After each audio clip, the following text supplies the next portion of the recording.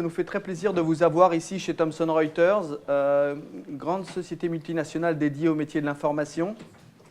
Nous ouvrons notre auditorium pour vous une première fois, je crois, et si ça peut se refaire, tant mieux, puisque nous-mêmes, nous exerçons sur ce type de métier, et puis que nous croyons beaucoup aussi voilà, à l'avenir des métiers du droit, et en particulier aux juristes d'entreprise. Donc c'est important de vous avoir aujourd'hui avec nous. On a eu beaucoup de conférences cette année, l'année dernière sur la compliance, énormément. J'allais dire que ça se compte par dizaines, des compliance sur des thèmes divers, sur des enjeux divers.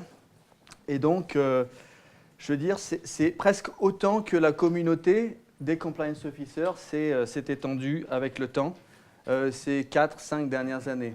Ça se compte en dizaines de milliers sur la région Europe. Donc c'est très important, je vous remercie d'être si nombreux.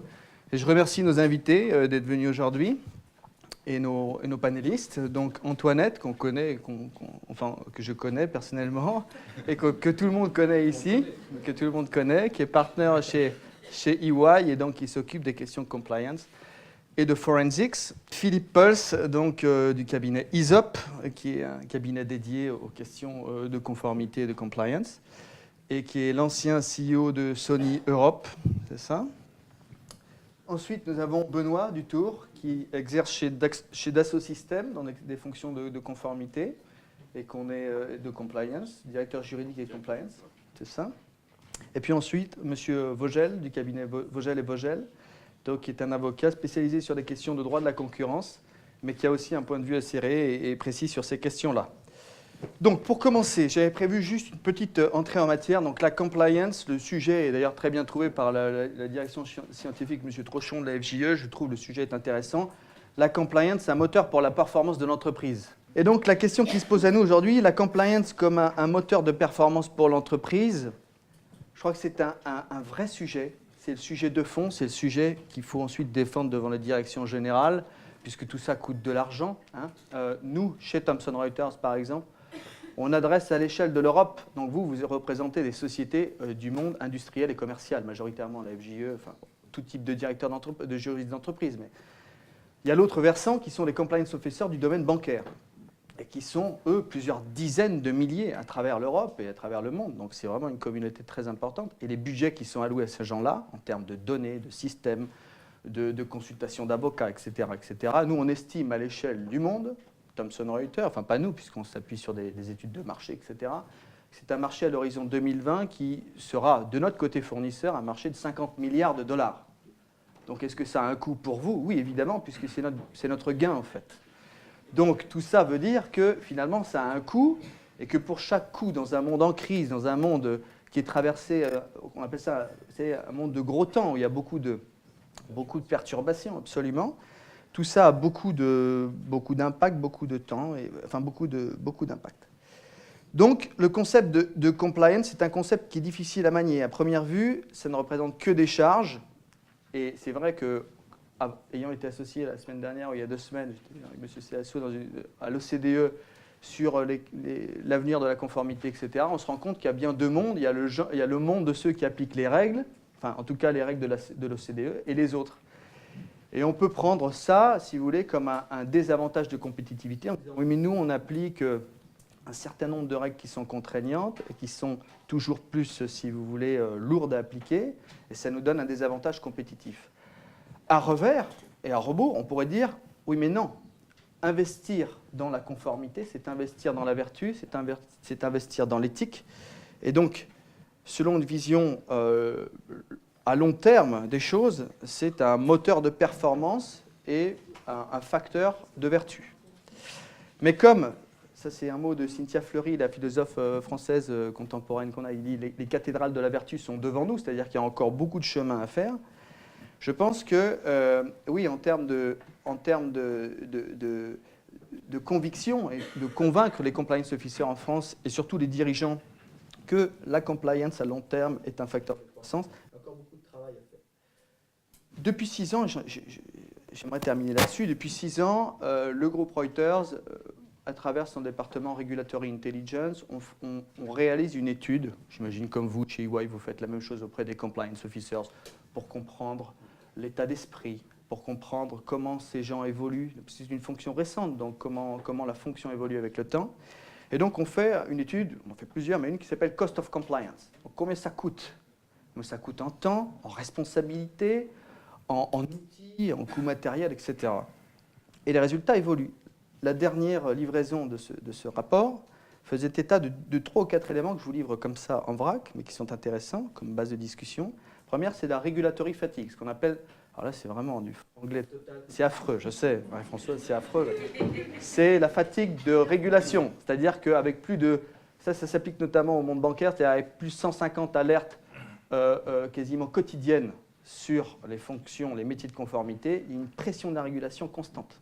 Hein, un bon exemple, c'est Panama Papers. Boum, allez, tout d'un coup, pour demain, il faut avoir un œil sur les nouveaux régimes en matière de criminalisation, de la fraude fiscale, etc., etc. Deuxième facteur, c'est que 3/4 des compliance officers interrogés s'attendent à une augmentation significative des régulations, comme là, en l'occurrence, Sapin 2, avec des nouveaux facteurs à prendre en compte, etc. Troisième facteur très important dont on va débattre aujourd'hui, c'est le facteur de responsabilité personnelle. 59% des compliance officers interrogés à travers l'Europe, ces mondes, s'attendent à un accroissement de leurs responsabilités. Ça, c'est un sujet qui est de plus en plus croissant, c'est-à-dire, on va parler de la pénalisation du sujet et la responsabilité croissante des responsables conformité compliance, mais c'est un vrai sujet qui pousse d'ailleurs à des extrémités nouvelles dont on se rend compte, qui est par exemple la juniorisation. Ça, c'est un concept nouveau, mais qui consiste à confier des grandes responsabilités à des juniors. Bon, voilà, ça, c'est des choses particulières. Grosso modo, à la fin, pour lancer la discussion, et ma première question à Antoinette, c'est de dire, on le voit, nous, dans nos équipes, puisqu'on est en contact avec les compliance officers toute la journée, c'est de dire, finalement, il y a 2 grands types de programmes. Il y a les programmes alibi, cosmétiques, ceux qu'on met en place parce qu'il faut les mettre en place et parce que, finalement, voilà, on le fait parce qu'il faut le faire, mais sans grand entrain et sans grande motivation. Et puis, il y a vraiment les programmes solides, auditables, qu'on lance sur le long terme avec vraiment une dimension, j'allais dire, éthique forte. Et là, avec le coup, un turn from the top important. Mais tout ça me fait dire, avant de poser cette première question, et ça c'est ma conviction personnelle, que le sujet de la conformité et de la compliance, c'est vraiment une de mes conclusions des 5, 6, 10 dernières années, c'est que c'est un sujet éminemment politique. On le voit avec les grandes affaires fondatrices, que ce soit Alstom, BNP, enfin toutes ces grandes affaires, c'est que la compliance c'est politique. Et qu'ensuite, le positionnement des entreprises, qu'elles soient très grandes ou très petites dans cet environnement politique, c'est un sujet important de savoir comment se positionner par rapport à ce sujet. Première question pour Antoinette, c'est-à-dire comment tu verrais les choses? Est-ce qu'il est possible de transformer cette contrainte, qui est une contrainte de coût, etc., fonctionnelle aussi, en un avantage? Et toi, comment tu as vu évoluer la situation? Parce que toi aussi, ça fait très longtemps que tu es que tu t'occupes de ces fonctions-là, de ces métiers-là. Comment tu as vu la situation évoluer? Ça marche? Oui. Moi, j'aime bien cette question parce que, effectivement, donc moi j'ai commencé dans ces sujets-là bien avant 2003, en Angleterre au départ, et je suis revenue en France pour participer à la création d'un département en France sur ces sujets, lutte contre la fraude et la corruption. Et en 2006, on me regardait d'un drôle d'air en me disant « Qu'est-ce que c'est que cette alien qui nous parle de fraude et de corruption en France ?» Et donc, aujourd'hui, quand je vois nombreux comme nous sommes, et je me réjouis, et je vois aussi une grosse évolution dans les consultations, enfin ceux qui viennent vers nous, pour faire leur programme de compliance. Et il ne s'agit plus de faire un tick de box, c'est le cas pour certains, mais ça ne changera pas. Et je pense que le Sapin 2 et les lignes directrices du SCPC, ils seront pour quelque chose. C'est-à-dire que la cartographie dont on parle, finalement, c'est la question que se posent les dirigeants, en se disant comment je fais mon business, comment je développe mes opérations en France et à l'international, quels sont les risques auxquels je m'expose vraiment. Et si on répond à cette question, on a un objectif de pérennité dans l'activité et le développement, y compris à l'international. Et si on est dans cet état d'esprit-là, je pense qu'on en fait un moteur vers une croissance pérenne, même si certains me disent, et je veux bien le comprendre, qu'on se prive d'un certain nombre de marchés où les autres acteurs ne sont pas aussi vertueux que nous. pour avoir aidé par exemple un groupe à mettre en place un système de compliance assez complet il y a quelques temps, on a observé qu'au départ, dans un certain nombre d'abord on a hiérarchisé les risques et on a essayé de prioriser les actions. Et il y a des choses qui sont immédiatement arrêtables, parce que c'était des mauvaises habitudes, et qu'elles étaient prises, voilà.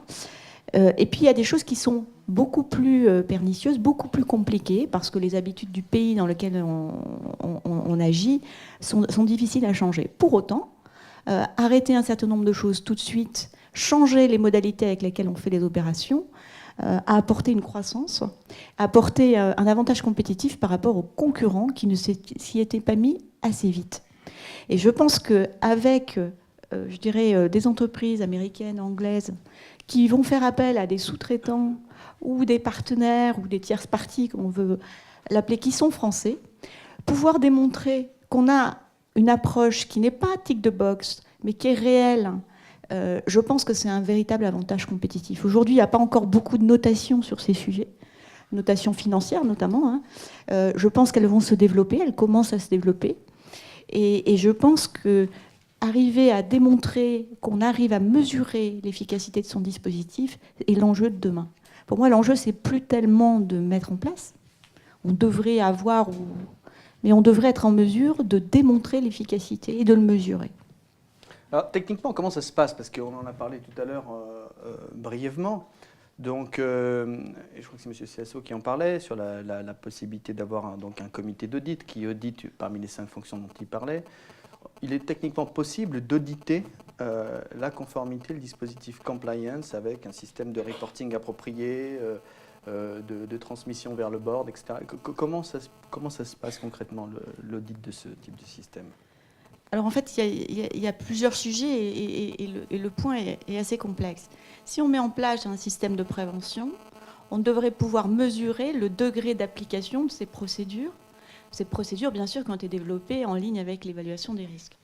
Et donc on pourrait auditer. Si vous évaluez que le risque de corruption est élevé parce qu'on a recours à des intermédiaires, ben évidemment, auditer l'intermédiaire, auditer les modalités des opérations avec cet intermédiaire paraît clé. Aujourd'hui, on ne le fait pas toujours. On s'arrête parfois au due diligence, c'est-à-dire les informations que l'on peut recueillir sur ce tiers, et on ne va pas forcément plus loin.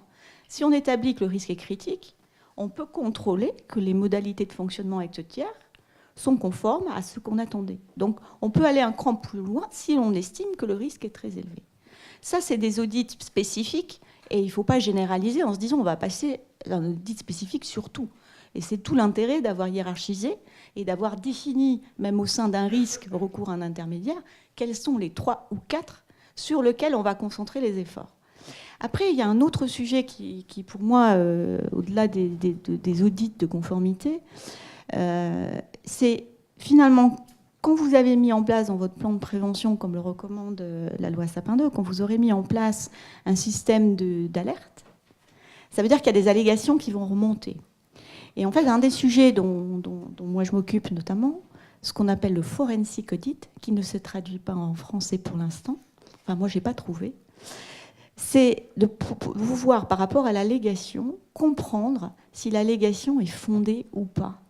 Et ça, c'est quelque chose qui va être demandé aux entreprises, parce que dans un esprit de transparence et de coopération, on ne peut plus se contenter de dire « j'ai une allégation, c'est un salarié qui est parti, donc je pense que c'est une vengeance, je mets à la poubelle comme on faisait autrefois ». Et donc là, on fait appel à des forensic auditeurs qui ont, par exemple, des avocats également, hein, parce qu'on travaille beaucoup en correspondance avec des avocats, pour essayer de comprendre, est-ce qu'on a des éléments factuels qui permettent de dire si l'allégation est fondée ou pas. Et forensic, c'est la recherche d'éléments factuels. Et ce n'est pas la rumeur. Et c'est vraiment dans le sens dont on parlait tout à l'heure, de transparence de l'entreprise, et quelque part, vérifier si une allégation est fondée en utilisant des outils et des moyens, on reviendra dessus tout à l'heure si tu veux, c'est vraiment faire un exercice de compréhension et d'éclairage sur une prise de décision, la négociation d'un contrat, etc. Le biais, peut-être d'avoir votre retour d'entreprise et de personnel d'entreprise, mais juste un commentaire personnel là-dessus. C'est vrai que le biais qui consiste à vouloir vérifier, valider, entrecroiser les informations, c'est un vrai métier. C'est-à-dire que le métier de l'information, c'est un métier, avec des ressources dédiées, des profils dédiés, des gens qui ont été formés pour ça, une maîtrise des langues, une maîtrise des régulations locales, trouver quelle est la régulation applicable ou la source d'information qui va bien au Burundi ou à Kinshasa, c'est un sujet et un métier. Et c'est vrai que tout ça coûte cher, parce que dès lors qu'on outsource, ou en tout cas qu'on se tourne vers quelqu'un dont c'est le métier, et que ce n'est pas son métier d'origine, les banquiers s'en plaignent beaucoup. C'est-à-dire que les banquiers disent, mais oui, mais nous, par exemple, on a 6000 compliance officers dans les banques de Tier 1, ou 8000 ou 10 000 compliance officers, ce n'est pas notre métier. Oui, mais à ce moment-là, il faut se tourner vers d'autres pour faire ce type de métier. Mais c'est compliqué. C'est un peu une question. D'ailleurs, je me tourne vers vous, puisque vous êtes en fonction au sein de Dassault Systèmes, savoir comment on peut mesurer tout ça. Parce que c'est un peu compliqué et abstrait. J'imagine que voilà. Effectivement, c'est très compliqué. Il n'y a pas une seule solution. Sinon, ça se saurait. Il y a par contre un certain nombre d'outils auxquels on peut faire référence, qui ne coûtent pas forcément très cher. Quelques exemples en vrac. Il y a souvent dans les organisations des contrôleurs internes, dont le métier est de contrôler. Il y a des points de contrôle qu'ils vont vérifier tous les ans. Donc vous pouvez négocier ou vous mettre d'accord avec eux pour rajouter une dizaine de points de contrôle liés à la compliance. Donc ça ne coûte pas cher. Et vous pouvez le mesurer tous les ans, de voir l'évolution. On a parlé ce matin de la cartographie des risques. C'est un outil de mesure, de suivi. Ce n'est pas simplement d'identifier des risques, c'est aussi après de les traiter concrètement. Également l'audit interne. Ce sont des professionnels dont le job est d'aller auditer. Ils vont faire un deep dive, désolé, c'est encore en anglais, mais ils vont faire un audit bien précis sur un sujet pointu qui vous préoccupe, lié probablement à la cartographie des risques. Exemple, des problèmes de corruption éventuellement en Asie. Donc là, c'est un outil de mesure, d'action tangible qui ne rajoute pas tant que ça des coûts additionnels à un back-office qui est déjà relativement coûteux. Voilà, bon, c'est quelques exemples concrets qui permettent d'avancer. Animer le programme sur la durée, ça nécessite, Monsieur Pels, ça nécessite quand même, là pour le coup, un engagement fort, un engagement de toute la chaîne de décision, depuis le haut jusqu'aux fonctions opérationnelles. Comment vous vivez ça, vous, depuis... Je rebondirai sur la plaisanterie du jour avec le Tone of the Top. Ce qui me gêne dans le Tone of the Top, c'est pas que ça soit anglais, c'est que c'est, je crois, mal compris en français. On a une tendance à dire le management, il s'en occupe une fois, c'est parti, et puis après, le programme de compliance doit vivre sa vie. Je dis souvent dans les entreprises, vous avez fait une comptabilité l'année dernière, c'est pas pour ça que vous n'allez pas en refaire l'année prochaine. La compliance, c'est tous les ans. On ne peut pas dire en compliance, ah oui, mais je l'ai fait l'année dernière, c'est bon. On ne peut pas dire en comptabilité, ma comptabilité, elle a été faite l'année dernière. Donc le management, il a un rôle fondamental, et en France, on a tendance à mal le comprendre. On parlait tout à l'heure de BNP, je ne connais rien en insider au cas BNP, j'ai lu les journaux. Ce que j'en ai compris, c'est que fondamentalement, BNP a pris le problème par le mauvais bout. Il l'a pris comme étant... mais on n'a rien fait de mal. Qu'est-ce que c'est que cette histoire? J'ai connu ça aussi dans des entreprises, hein, le management qui réagit de manière personnelle et éthique en disant mais qu'est-ce qu'on vient nous dire qu'on a fait de mal alors qu'ils ont fait 10 fois pire et ainsi de suite. Le sujet, il n'est pas là. Le sujet, il y a une règle, on l'applique ou on ne l'applique pas. Et on doit montrer qu'on l'a appliquée. Et ça, il n'y a que le management qui puisse le faire. Et pour développer un tout petit peu rapidement, je le ferai avec 3 points. Un point très théorique et 2 très pratiques. Le très théorique, il y a des études qui le montrent. Il y a en particulier une étude que j'aime bien. Il y a 2 chercheurs français dans les années 80, donc c'est pas d'hier, qui ont demandé à un panel d'employés pourquoi vous êtes tenté de ne pas appliquer les règles et les procédures qu'on vous donne. L'argument numéro 1, c'est parce que les chefs ne l'appliquent pas. L'argument numéro 2, c'est parce que les collègues ne l'appliquent pas. L'argument numéro 3, c'est parce que personne ne le fait. Et le coût, l'argument fort, c'est-à-dire ça coûte trop cher ou je ne peux pas faire mon métier, il n'arrive qu'en tout dernier. C'est simplement, et ça vous l'avez tous expérimenté dans vos sociétés, si vraiment les patrons le font, ne font pas simplement le séminaire de lancement et encore le début de séminaire de lancement sur la compliance et après ils vont faire autre chose, tout le monde se dit c'est important et il se dit dans l'entreprise ça il ne va pas laisser passer, donc on le fait. Ça c'est l'argument théorique. Les 2 autres points où le management est irremplaçable, c'est Les structures, souvent, quand on fait un programme de compliance, c'est un peu dessine-moi un mouton, tout le monde rêve sur faites-moi un code de conduite ou faites-moi un beau document qui va tout reprendre. C'est la pierre philosophale des programmes de compliance. C'est important, mais je dirais que ça, on y arrive assez facilement. Les gens se mettent autour d'une table et on leur dit écrivez ce que vous allez faire et ce que vous devez faire. Ça, tout le monde sait le faire. Ce qui est beaucoup plus compliqué, c'est de mettre en place les structures et qui va être responsable de quoi. Et on l'a un peu vu dans le problème de responsabilité tout à l'heure. Et moi, la réponse que je donne à la responsabilité pénale, qui n'est pas une réponse d'avocat, c'est qu'à la limite, je m'en fiche un peu. Le problème, c'est de savoir comment est-ce qu'on va faire bien. Ce n'est pas en se renvoyant le mistigris du manager sur l'opérationnel en disant au total, moi, ma philosophie, c'est que les autorités, elles finissent par prendre tout le monde, et le manager et l'opérationnel, et que ce n'est pas la peine de passer beaucoup de temps à dire je vais me protéger avec une délégation. Ce qui est important, c'est de faire bien. Et le dernier point, c'est sur l'animation. Quand on parlait du rôle du... Alors, il y a un dernier point là-dessus, c'est que, en effet, quand on parle de déontologue, le déontologue, c'est simplement une question d'image. C'est un côté un peu monsieur avec un nœud papillon qui est extérieur aux opérations. Et on va aller voir le déontologue. Et le risque du déontologue, c'est que... il y a une plaisanterie que vous connaissez sur... je ne sais plus, qui était du 19e siècle, sur la tolérance, il y a des maisons pour ça. Il ne faut pas non plus que l'éthique, il y ait des gens pour ça. Dans l'entreprise, c'est le problème de tout le monde. Et le dernier point, donc, c'est le management est, à mon avis, quand on parle du rôle du déontologue, du référent éthique pour faire progresser la compliance, le premier qui doit répondre, c'est le manager. Quand on a un problème de compliance, les managers doivent être capables de répondre. Il ne faut surtout pas se tourner vers quelqu'un d'extérieur. Je prendrai qu'un exemple qui, moi, m'a toujours frappé. Vous avez tous entendu parler dans les programmes de compliance en droit de la concurrence. Maître Vogel va être particulièrement sensible à ça. On dit aujourd'hui, avec la jurisprudence sur l'échange d'informations, si dans une réunion, on vous dit, dès qu'on vous propose de parler avec des concurrents de prix ou de quelque chose, vous devez vous lever comme un seul homme, faire une grande déclaration théâtrale, noter dans le compte-rendu que je ne suis pas d'accord, je m'en vais, je claque la porte et j'envoie une lettre. Oui, c'est la théorie. En pratique, les opérationnels, ils attendent autre chose. Ils attendent, je fais quoi? Comment je parle? Comment je parle des prix? Alors, il ne s'agit pas de leur apprendre à faire des choses illégales, mais il s'agit d'aller un petit peu au-delà de la théorie. Et pour moi, c'est le rôle du management, et on doit former le management pour ça. De la théorie à la pratique, peut-être vous avez quelques exemples. Ensuite, je vous donne juste la parole concernant le droit de la concurrence. Brièvement, pour essayer de répondre à ce point d'implication du management qui est fondamental. Ce n'est pas simplement le lancement d'un programme, c'est quasiment au quotidien.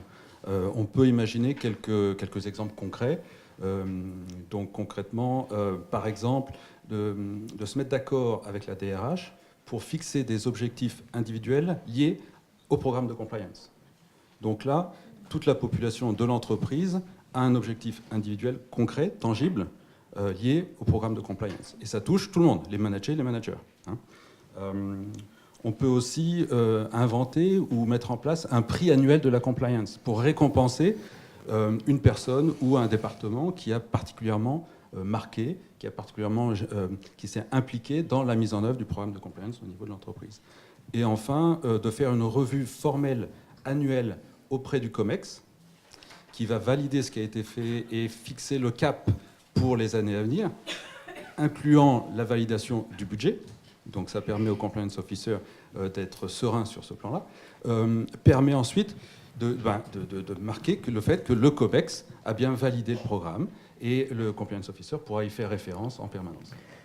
Maître Vogel, en préparant donc, cette session d'aujourd'hui, vous m'expliquiez qu'on peut très vite tomber sur des limites du concept, sur les limites de la compliance. On a évoqué différentes choses ensemble, notamment sur le fait que ces outils peuvent parfois être assez contraignants et qu'on peut vite déraper sur des sujets qui sont compliqués. Oui, c'est-à-dire que la compliance, elle a aussi ses limites et il faut en être conscient. Et il faut en quelque sorte un peu étudier la conformité du programme de conformité pour voir s'il est vraiment conforme aux intérêts de l'entreprise. Alors, une des choses qu'on voit souvent, c'est l'excès de compliance, et je vous donne un exemple qui peut bloquer les décisions d'entreprise ou les retarder de façon excessive. Je vous donne un exemple en matière de droit de la concurrence. En droit de la concurrence, on n'a pas le droit pour un fournisseur d'imposer des prix de revente minimum à ses distributeurs. Cette règle est claire, mais aujourd'hui, plus personne n'écrit dans ses contrats « vous ne vendrez pas en dessous de tel prix ».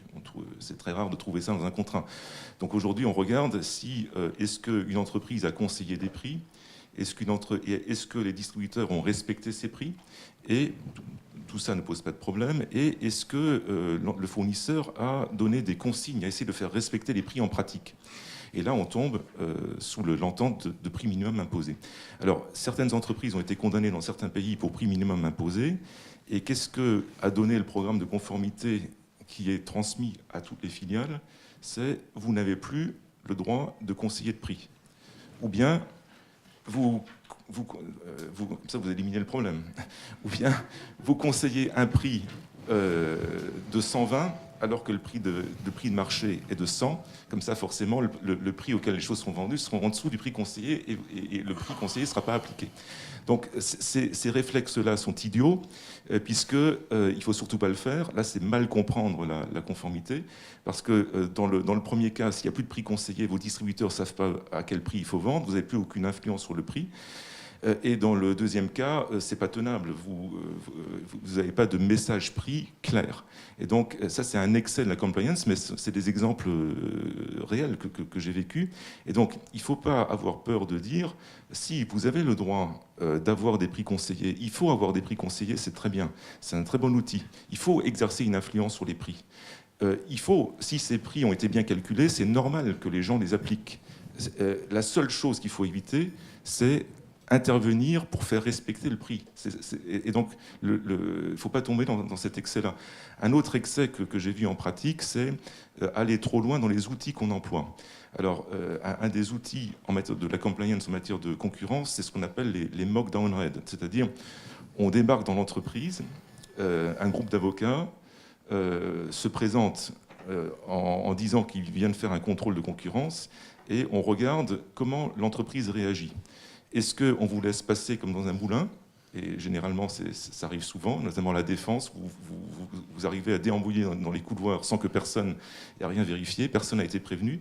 Est-ce que les avocats ont été prévenus? Dans quel délai? Souvent, on met 1h30 à prévenir les avocats, donc, alors que l'enquête a commencé. Donc on vérifie tout ça, et puis on interroge aussi les gens, on fait semblant de faire un contrôle.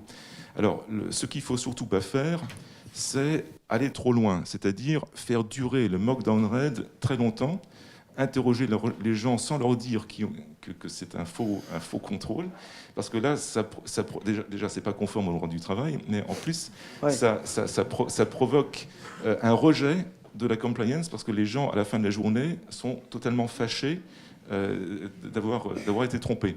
Donc en fait, le mock downhead, il doit durer une demi-heure. Et tout de suite, il faut mettre carte sur table et dire c'est un exercice. Est-ce que vous êtes d'accord volontairement pour qu'on regarde, on fait semblant de faire une perquisition pour voir comment ça se passe. Et en général, 99% des gens sont d'accord pour le faire volontairement. Oui, c'est un peu ça les limites pour nous, dans notre domaine, à la compliance.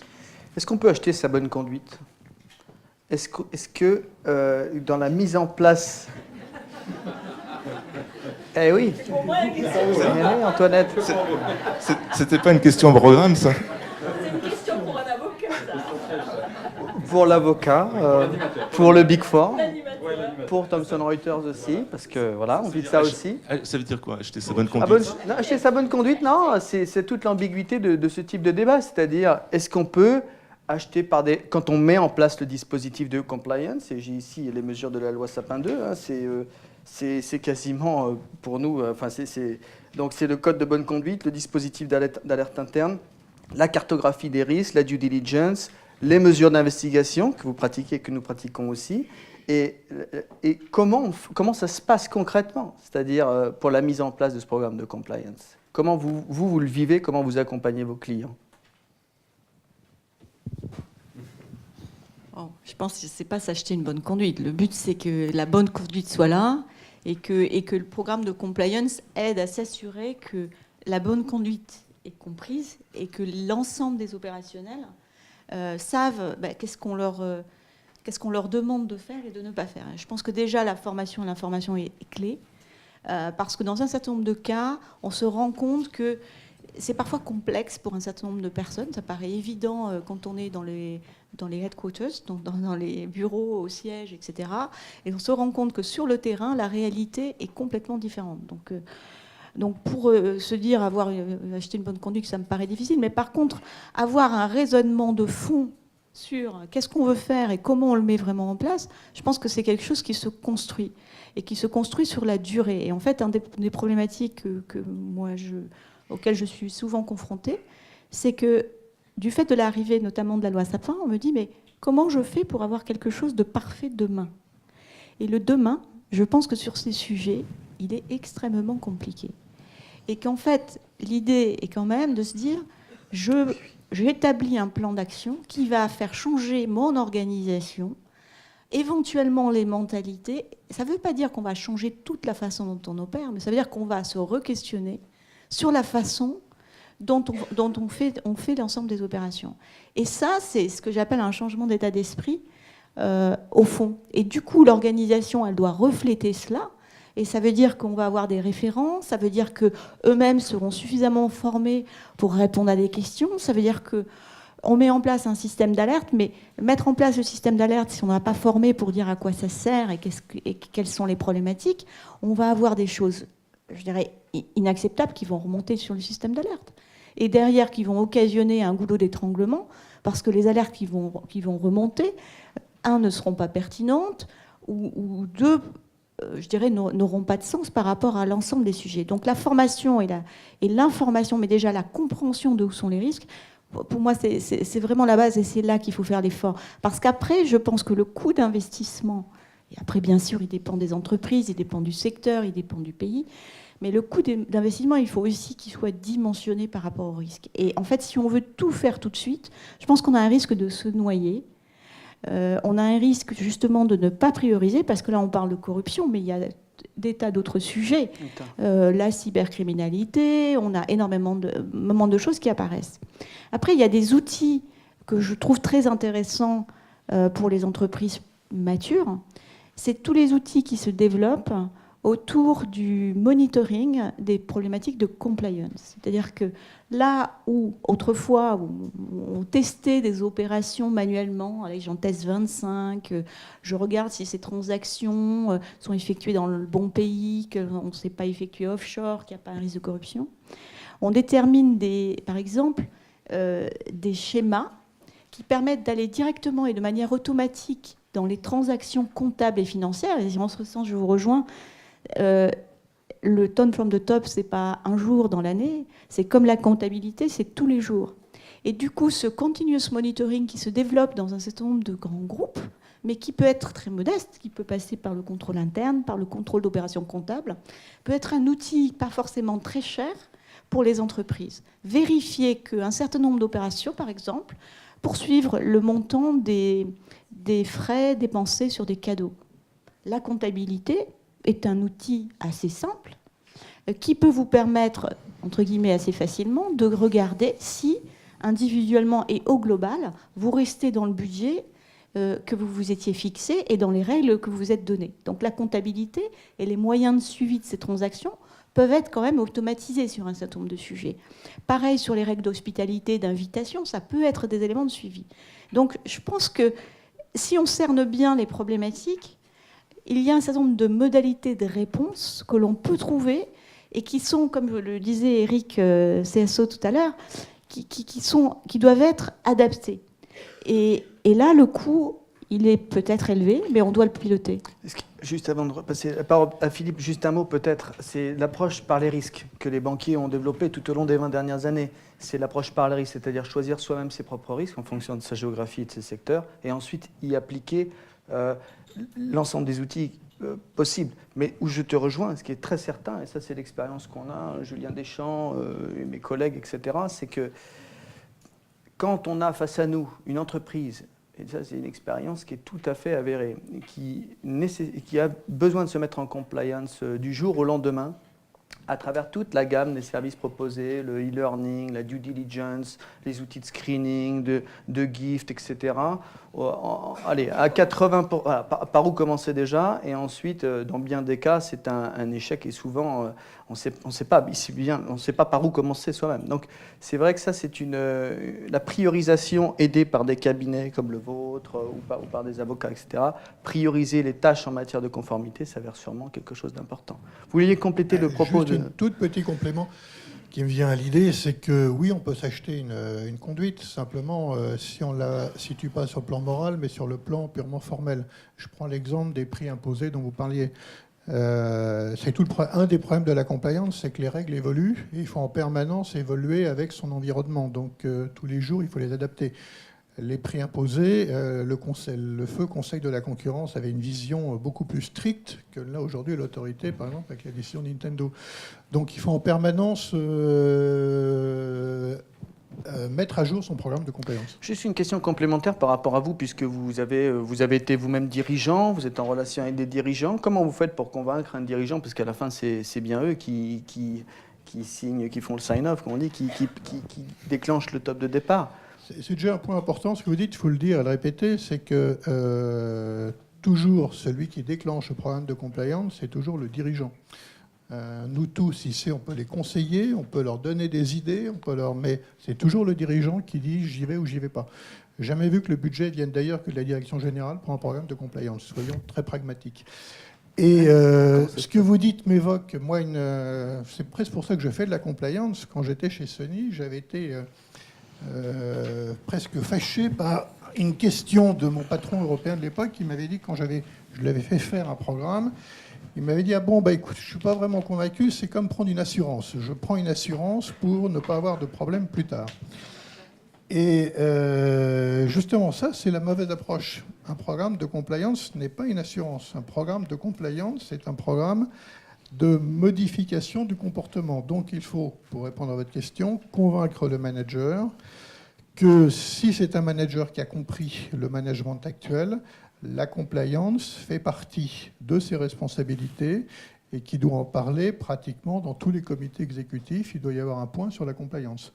S'il rejette la compliance chez le référent, le déontologue, tout ce que vous voudrez, on a perdu, parce que par définition, la compliance ne sera pas un enjeu de management. Et en fait, un des points que regardent les autorités étrangères, c'est quels sont les moyens qui sont donnés à la compliance, pour rejoindre ton point. Et pour nous, c'est assez évocateur, parce que si vous avez un compliance officer qui n'a pas de ressources internes, qui n'a pas de moyens à sa disposition, des outils, des moyens de reporting au board, une ligne d'alerte, un certain nombre de choses, je ne sais pas comment il fait pour former, pour informer et développer un véritable outil et programme. Donc, je dirais que ça, c'est un sujet que nous, on regarde et que les autorités regardent, c'est quel est l'investissement qui est fait là-dedans. Et par ailleurs, quand on voit, côté investigation, combien ça coûte aux entreprises qui sont en proie à des investigations américaines ou à des investigations en matière de droit de la concurrence, où là, il s'agit d'aller très très vite. On travaille la nuit, le jour, le week-end, les avocats, les forensic auditeurs, pour essayer de voir si la problématique posée est réduite à un contrat, un pays, une zone géographique, des personnes, etc. C'est la course contre la montre. Et là, il n'y a pas de limite dans l'investissement. Et là, moi, je suis toujours frappée du fait que quand on est en réponse à une alerte, alors là, on dépense beaucoup d'argent. Et je comprends, parce que c'est la survie de l'entreprise où le coût des amendes peut être extrêmement élevé.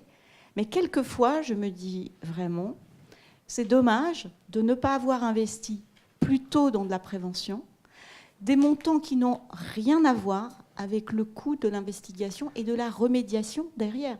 Parce que quand vous avez un moniteur en matière d'anticorruption, le coût est à la charge de l'entreprise. Quand vous avez une investigation des autorités, le coût est à la charge de l'entreprise.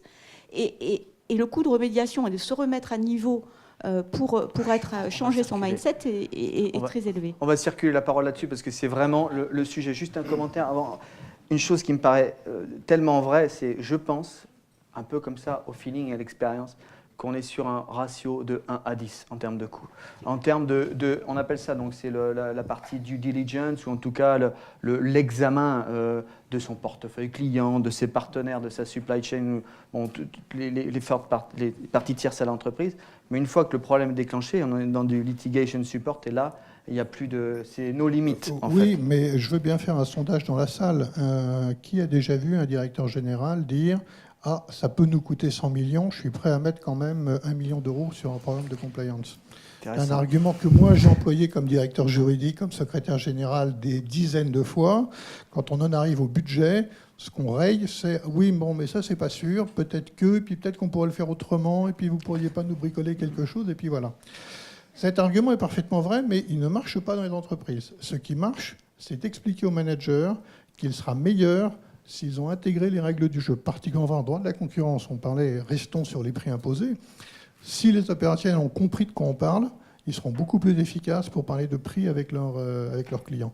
S'ils sont tétanisés par la peur, ils ne diront pas des choses qu'ils peuvent dire, et ils diront des choses qu'ils ne doivent pas dire. À relativiser avec la nature du secteur. Aujourd'hui, dans oil and gas et dans des secteurs très frappés par ce type de sujet, ou pharma, il y a des secteurs où on n'a plus à apporter la preuve de la violence du choc. Et il y a d'autres secteurs qui sont, bon là c'est aussi un feeling personnel, mais il y a des secteurs qui sont beaucoup plus, on va dire, poreux, et où les choses sont beaucoup plus abstraites. Vous vouliez apporter Je voulais dire un mot sur le bilan coût-avantage. C'est que, bon, traditionnellement, il y a 20 ans, 25 ans, souvent, ce que les entreprises pouvaient se dire, c'est que non seulement ça coûte de l'argent, mais en plus, ça me prive de possibilité de faire des affaires. Et parfois, les entreprises avaient le réflexe de dire, si je ne respecte pas le droit à la concurrence, ça va peut-être me coûter une amende, mais le gain d'éliminer un concurrent est 100 fois plus important que l'amende. Et d'ailleurs, l'analyse économique du droit, autrefois, confirmait cela. C'est-à-dire que c'était plus rentable, et il y a beaucoup d'analyses d'économistes, de violer le droit de la concurrence que le risque d'amende. Et donc, par exemple, même si vous êtes condamné à 60 millions d'euros, vous avez éliminé votre concurrent d'un marché, vous avez gagné beaucoup plus. Mais ce raisonnement-là est de plus en plus faux, parce que, comme on le disait, le respect du droit amène des avantages commerciaux. Il y a aussi un préjudice d'image. Et puis, la question des amendes est en train de se renverser. C'est-à-dire que maintenant, il y a 20 ans, quand on faisait un abus de position dominante, on était condamné à, je ne sais pas, 10 millions de francs. Donc, même une entreprise faisant des milliards de chiffre d'affaires, elle risquait 10 millions de francs, 1,5 million d'euros. Aujourd'hui, la même entreprise, elle serait condamnée à 100 ou 200 millions d'euros. Et elle aurait en plus des dommages et intérêts, private enforcement, et peut-être encore une sanction pénale pour les dirigeants. Donc je pense que le bilan coût-avantage, c'est totalement renversé. Je ne crois pas qu'il y ait à ce stade, d'ailleurs c'est intéressant peut-être dans le futur de faire une étude sur ce sujet, sur le bilan coût-avantage et surtout sur la force de propagation d'une sanction. On a vu dans le cas de Pfizer par exemple, dans le cas d'amendes célèbres, le cours de bourse qui varie que moyennement. Alors que si l'information a une propagation et on va dire un préjudice d'image très fort, comme dans des cas connus qu'on a pu connaître, ça peut amener jusqu'à la destruction même de l'entreprise. C'est le cas typique d'Enron. Dernière peut-être intervention et après on essaiera de passer la parole à la salle parce que ce sont les profs. Juste un exemple pour illustrer ce que vous venez de dire. Il y a, je crois, un mois, Nike a eu un journal à parler de corruption au Kenya liée à Nike. Le cours de l'action a perdu 3% le jour même. Il y a un lien maintenant très direct entre les deux. Oui, mais pas forcément. Dans le cas où une société provisionne une amende sur son bilan et elle l'a fait bien en avance, je pense en particulier à des cas d'école dans le domaine bancaire, elle a provisionné plusieurs centaines de millions de dollars sur ses états financiers pour pouvoir provisionner une dette. Le jour où il y a l'annonce de l'amende, le cours de bourse ne varie pas. Et au contraire, peut-être même qu'il peut augmenter. Donc, bon. Mais l'amende n'est pas le plus important. Il y a un point dont on n'a pas parlé. On a parlé de la responsabilité pénale du chef d'entreprise. Mais il y a aussi, je dirais, ça dépend de la culture corporate. Je parlais souvent avec mes anciens collègues de Colgate et il y en a qui ont connu les grands problèmes de concurrence de Colgate en Europe. Maintenant, il y a presque prescription, il y a entre 5 et 10 ans. Bon, il me disait, c'est clair, en termes de carrière des managers, il y a ceux qui ont été dans cette histoire-là, il y a deux catégories, ceux qui sont morts et qui ont disparu, et il y a ceux dont la carrière a pris 10 ans de retard. Aucun n'est sorti indemne de cette histoire-là. Et dans les formations, c'est une chose qui est toujours le plus efficace quand on parle aux gens. On leur dit, vous, personnellement, dans la salle, si vous êtes pris là-dedans, ça sera certainement pas bon pour votre carrière dans l'entreprise. Beaucoup d'exemples dans ce sens. J'aimerais qu'on donne la parole à la salle. Qu'est-ce que tout cela vous inspire? Est-ce que vous avez des commentaires? Est-ce qu'on peut être honnête et réussir? Comment vous voyez les choses du point de vue de la compliance? Est-ce qu'il y a des questions?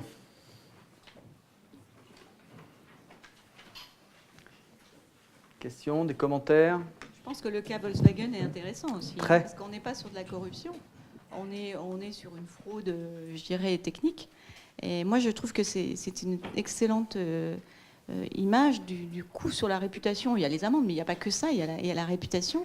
On n'est pas sur une violation d'une loi au sens strict, mais on est sur des problématiques de compliance, et donc ils vont au-delà du champ dont on a parlé aujourd'hui, mais le coût pour l'entreprise est colossal, quoi. Il y a le cas aussi, il y a quelques semaines ici, nous avions eu, et c'est dommage que la FJE n'ait pas été associée, nous avions eu une très intéressante conférence sur le crime environnemental. Et il y avait eu le cas, par exemple, il y avait les gens d'Interpol, etc., qui étaient venus nous parler de crime environnemental, de responsabilité environnementale. Ils avaient évoqué le cas, alors, qui est tout à fait emblématique, qui est le cas de Trafigura en Côte d'Ivoire, qui, pour avoir essayé d'économiser quelques centaines de milliers d'euros, finalement, a dû débourser devant un tribunal néerlandais plusieurs centaines de millions d'euros en dédommagement. Et un des plus grands experts, d'ailleurs, en crime environnemental, qui est français, qui s'appelle Laurent Néret, qui est un jeune chercheur à l'université de Versailles, disait high risk, low benefit. Et en fait, c'est exactement ça, quoi. C'est-à-dire passer d'une dimension high risk, low benefit à l'inverse. Et c'est vrai que, voilà, on est sur ce type de problématique. Oui, parce que c'est très vrai ce que vous dites, parce que souvent, il y a même un rapport inversement proportionnel entre l'intérêt pour l'entreprise et l'amende. Et quand on pense aux échanges d'informations, souvent les échanges d'informations sont condamnés très sévèrement. On peut avoir des amendes récemment, 200 millions d'euros l'an dernier par entreprise, pour de simples échanges d'informations qui ne servaient à rien. Ça servait juste à rassurer un peu les gens.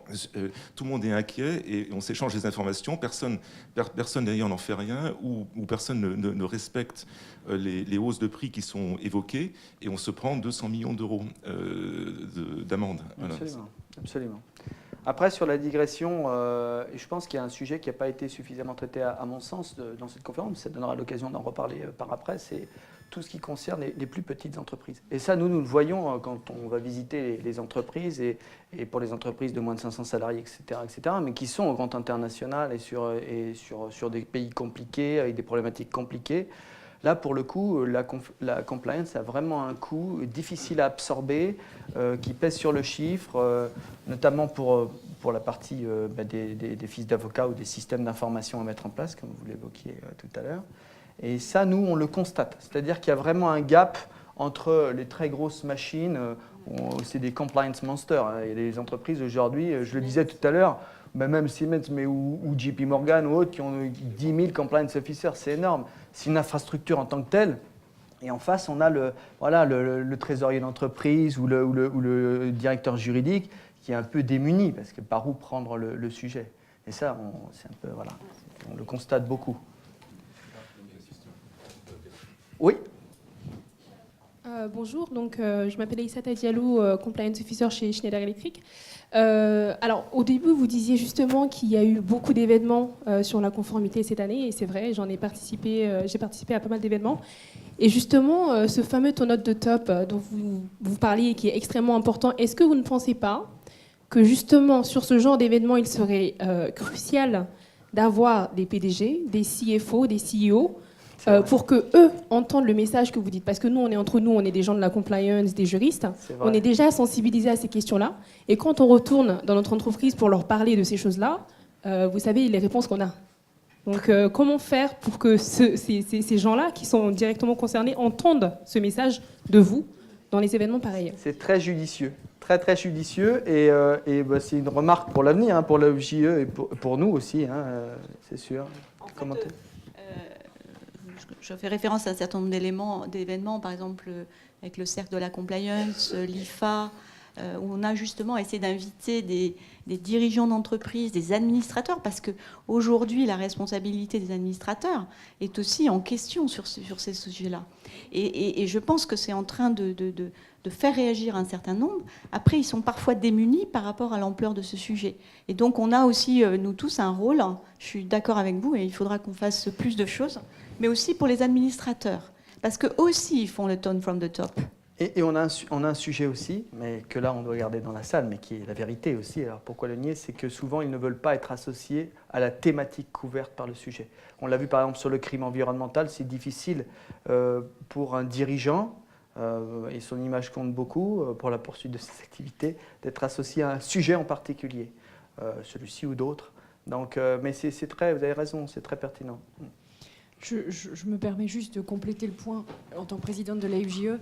En effet, à l'organisation de ce genre de colloque, nous avons pris le parti de commencer par vous adresser les messages pour discuter avec vous de la manière dont on pouvait mettre ça en place. On est totalement conscient de ce que vous dites et vous en avez bien raison. Et nous avons donc contacté la FEP et le MEDEF. Et nous sommes en cours pour organiser des interventions avec la FEP et le MEDEF pour justement leur faire part à la fois des nouveautés qui existent sur le plan législatif, aussi pour avoir une discussion ouverte avec eux. Maintenant, ça a été dit, et c'est vrai, je pense qu'il y a des dirigeants qui sont tout à fait ouverts à la question, des dirigeants qui ont subi, on a parlé tout à l'heure d'un moniteur, et on en avait un dans la salle qui a donné quelques éléments d'expérience. C'est aussi assez difficile. Je crois qu'il faut, j'entendais tout à l'heure, on n'a pas complètement répondu à cette question. Parler de performance, quand on parle à une entreprise, il faut lui parler, certains évoquaient tout à l'heure, vous disiez, c'est des compliance monsters. Il faut savoir, même un compliance monster coûte une fortune à une entreprise. Donc la réalité, c'est comment lui parler véritablement de la performance et ce que ça va lui apporter en plus en termes de compétitivité. Je crois que pour relancer un débat sur lequel vous saurez certainement répondre mieux que moi, c'est facile entre gens de bonne compagnie, on l'a évoqué un petit peu ce matin. Pour certaines entreprises, lorsque vous êtes sur des terrains internationaux difficiles et qui n'appliquent pas toujours malheureusement les mêmes règles et qui pourtant devraient se les voir appliquer, évidemment vos opérationnels vous retournent à une contestation de ce genre de règles. Donc je crois que c'est à ça que nous devons aider nos dirigeants, c'est à ça que nous devons les aider pour mieux comprendre, et puis pour comprendre aussi, comme vous l'avez très bien évoqué, que c'est leur responsabilité, et c'est leur responsabilité directe et personnelle qui va être mise en cause maintenant, la responsabilité de la société, mais aussi la responsabilité de chacun d'entre eux, au-delà, comme vous le disiez, des délégations ou pas délégations. Donc merci pour la question, vous avez pleinement raison, et l'objectif est bien de continuer avec les entreprises. Et c'est pour ça que c'est dommage que dans le nouveau projet de loi Sapin 2, il n'y ait plus la partie transactionnelle, parce que je trouvais personnellement, et là c'est ma vision à moi, c'est que quand on veut tester l'efficacité d'un plan de compliance, il peut arriver qu'on trouve quelque chose, forcément. Si on ne teste pas, on risque pas de trouver. Mais si on teste, on risque de trouver. Et en fait, le fait que si on trouve, le dirigeant puisse faire valoir que ça provient d'une volonté de vérification de l'efficacité de son programme, pour moi, est extrêmement vertueux. Et le problématique de la reconnaissance de culpabilité ne répond pas à la question. Parce que s'il reconnaît sa culpabilité, ça le met dans une position incroyable. En plus, il peut être banni d'un certain nombre de marchés à l'étranger, poursuivi, et Et en fait, moi, ce que je voyais en termes de compétitivité pour les entreprises françaises, c'est une modalité de solutionnement dès lors qu'on voit que l'entreprise a une action volontaire pour détecter des cas de non-conformité.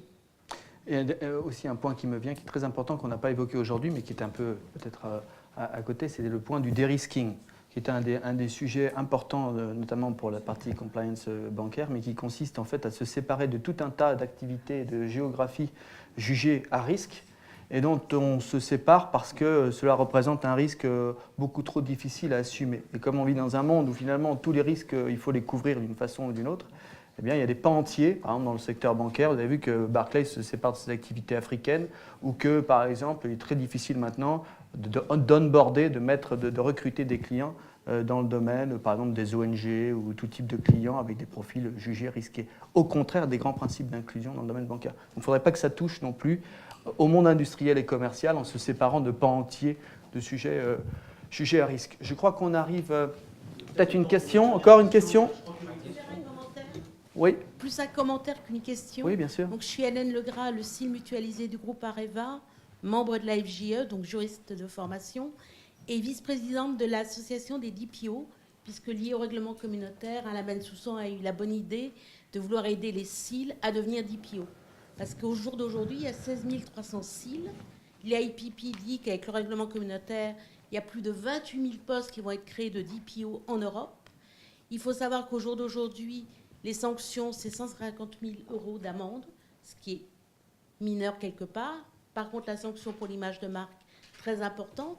Et le règlement communautaire qui est enfin passé et qui permet aux entreprises d'avoir 2 ans pour se mettre en conformité, ce sera 4% du chiffre d'affaires mondial.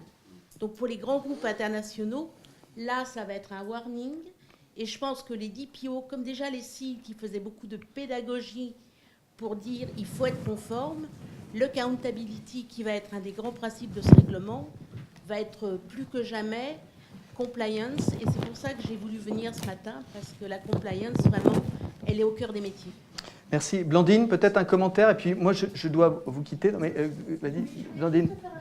Que les présidents soient sensibilisés à ces sujets et s'impliquent dans la compliance.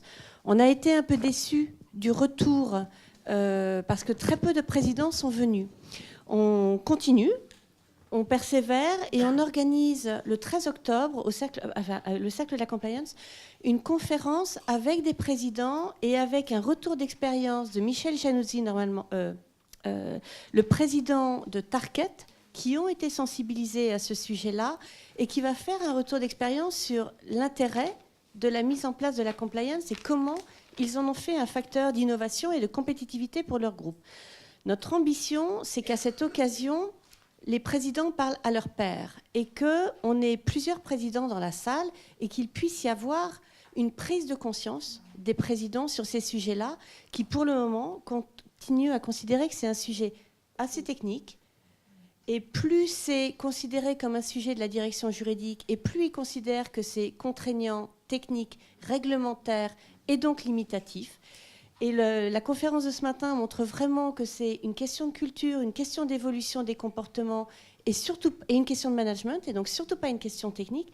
Et donc je crois que c'est à chacun d'entre nous de faire évoluer les mentalités des managements et notamment des présidents pour qu'ils s'emparent de cette question et qu'ils s'approprient ce sujet-là et qu'ils viennent.